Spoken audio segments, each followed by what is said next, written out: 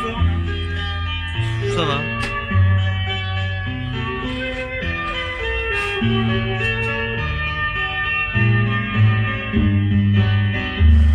En 1572 avant Jésus-Christ, par une radieuse matinée de printemps, vers 9h30.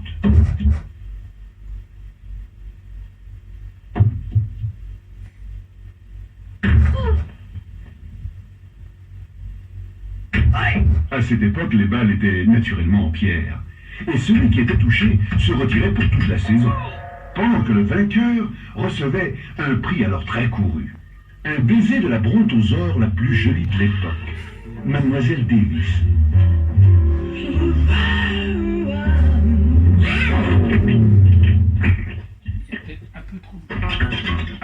C'est ainsi qu'est née la Coupe Davis.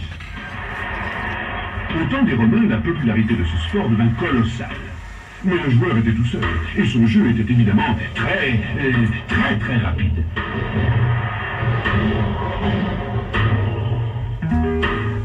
Au Moyen-Âge, au contraire, pour des raisons techniques, le terrain de jeu fut entouré d'une enceinte faite de murs très hauts.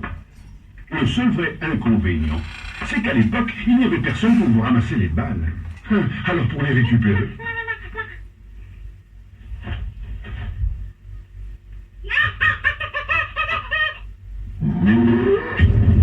Ce petit incident fut la cause d'une diminution catastrophique du nombre de joueurs, bloquant ainsi l'évolution de ce jeu jusqu'à nos jours.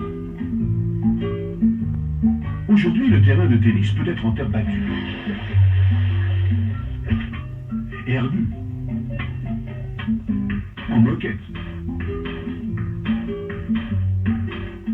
ou en ciment. Pour jouer, il faut une raquette et quelques balles. 2 ou 3 suffisent. Les débutants préfèrent au contraire en avoir de nombreuses à disposition. Oui. Même si le jeu en résulte légèrement confus. Passons maintenant à l'habillement classique.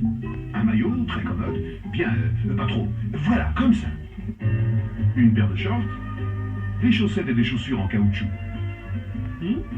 Les chaussures doivent être naturellement très élastiques.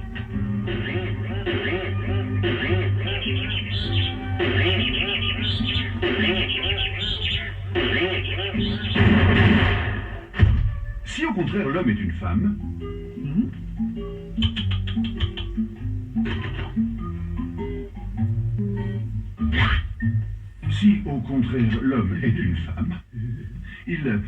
elle portera un charmant kilt écossais à la place des shorts.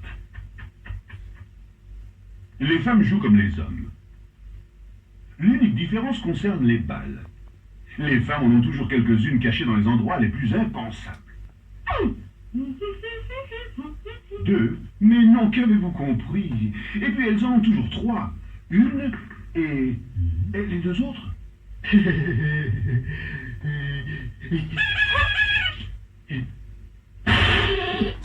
Passons. Le jeu de tennis, de toute façon, n'est pas un jeu facile. Il faut des réflexes, de la vitesse et un coup d'œil. Bien sûr, il faut aussi toucher les balles. Mais quand on perd au tennis, on fait de ces crises de rage. Tenez, c'est simple. Si quelqu'un perd au tennis et ne réagit pas, c'est qu'il a eu un infarctus. Et alors, réagir. Pour éviter de perdre, il faut donc connaître 3 règles fondamentales. Première règle, la concentration. Les meilleurs résultats s'obtiennent quand la concentration est totale et absolue. Ce qui se passe en dehors du terrain ne doit pas distraire les joueurs.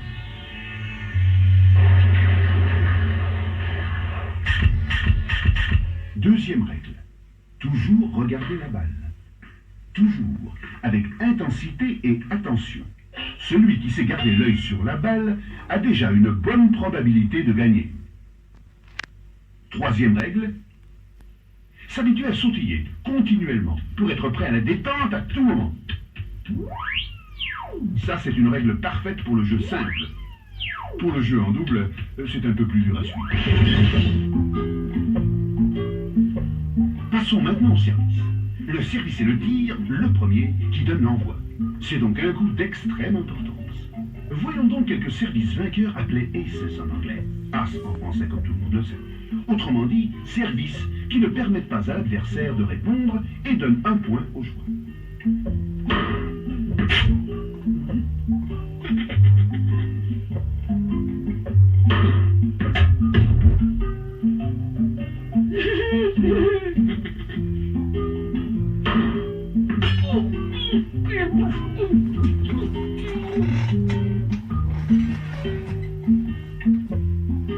La technique pour répondre à de tels services est de trois types. Ou agressif, C'est bon. ou défensif, ou confusionnel. C'est-à-dire une tactique qui tend à confondre l'adversaire. Cette méthode originale, si on l'unit à la chaleur du soleil, réduit en général l'adversaire en un état pitoyable, ou mieux, répugnant. Oh, finalement une belle dame. Un bon service s'effectue avec deux mouvements distincts. Un, on lance la balle en l'air. Alors, on lance la balle en l'air.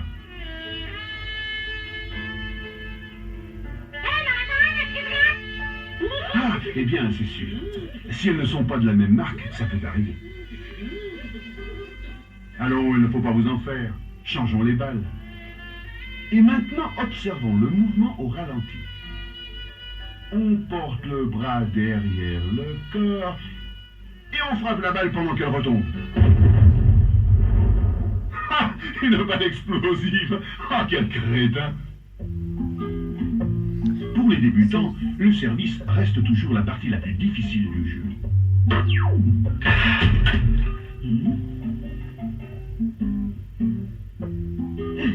C'est un truc éducatif, c'est ça? Hein? C'est éducatif? Oui. C'est d'un club Et de, observons club de maintenant la tennis souplesse, l'élégance, l'aisance, la classe sauce. d'un vrai joueur qui nous montrera comment on exécute parfaitement les coups droits et les revers. Parti tennis club, c'est bon. Pour les revers, au contraire, on C'est ouvre de des- l'autre c'est côté. des courts-métrages Mais là sympas. aussi, on frappe la balle avec violence. Revoyons le coup meurtrier en replay.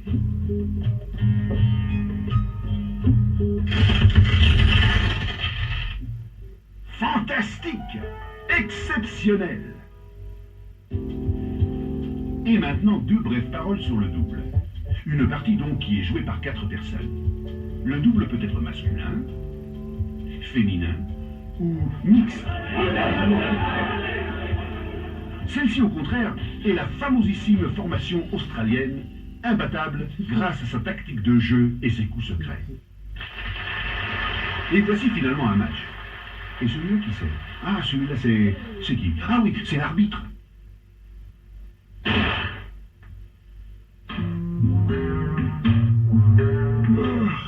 Celui-ci est un exemple typique de match monotone et privé d'un quelconque intérêt.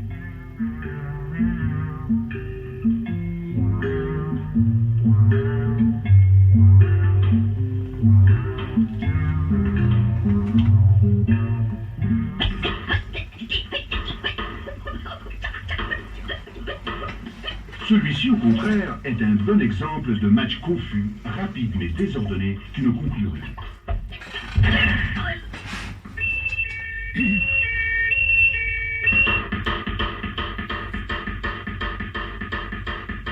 Voici encore un match rapide, lui aussi privé de coups de scène et d'actions mouvementées et originales. Dans ce cas, le jugement de l'arbitre est souverain. Ah, finalement, un vrai match, nerveux, aguerri, compétitif, riche d'agressivité et d'esprit sportif.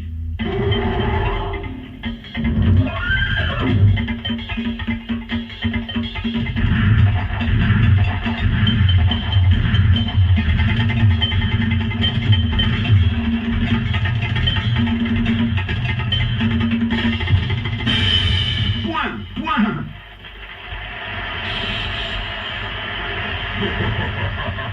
Hey, il faut savoir perdre aussi. Du calme.